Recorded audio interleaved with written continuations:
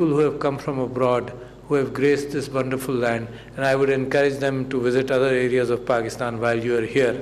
And I must thank my friend Sayyid Zulfiqar Abbas Bukhari, who is a good ambassador on all these issues, and he has the responsibility also of trying to improve our tourism sector besides what he's indulging here. The major issue which was being discussed here today and all day, I think that's very important as far as we are concerned, because the Prime Minister in his program before elections had promised the fact that we have to increase employment. The population growth rate of Pakistan is such that we must create jobs, and he had mentioned the fact that in 5 years we should be able to create 10 million jobs. I believe today that we should be creating jobs, not necessarily for export. We should have our own economy getting strong enough to employ all our people within Pakistan, and the time is not very far away from being able to do that. But there has been a dilemma. The dilemma has been that we have institutions, there is good education in our higher educational institutions. But before my election in 2018, I started discussing some of these matters with the people in the market.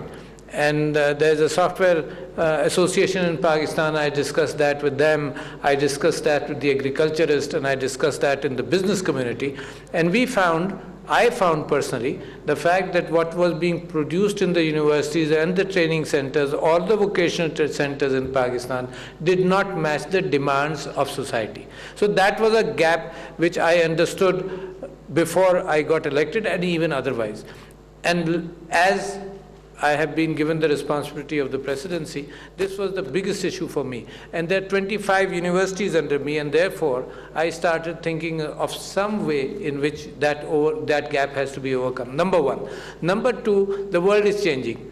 The brick and mortar kind of development has also given way to intellectual development, to artificial intelligence, to the fourth industrial revolution, to the fact that among the top 10 companies in the world with the worth of the top 10, there used to be oil sectors and other sectors, and in the last 10, 15, 20 years, there is IT, there is Microsoft, for example, there is Apple, for example, there is Tencent, Alibaba, you name it, and 7 out of 10 are related to some way or some form of understanding of the fact by those companies that there's tremendous data available, and to be able to develop an idea or a product and taking it to the customer directly. And those, Amazon for example, and those who understood that idea made the most progress in the world.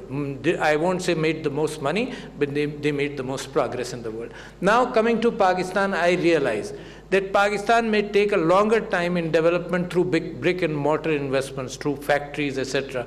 But this can be a shortcut. If we can improve our intellect, the students that come out of our universities or our programs, if we can improve the intellect by imparting courses, and knowledge today is not copyright entirely. Knowledge today, for them to be able to come out into the market and prove their worth and prove the fact that they can be available throughout the world, is much easier today. But we have to do it, and that is why I initiated a program which was called the Presidential Initiative on Artificial Intelligence and Computing.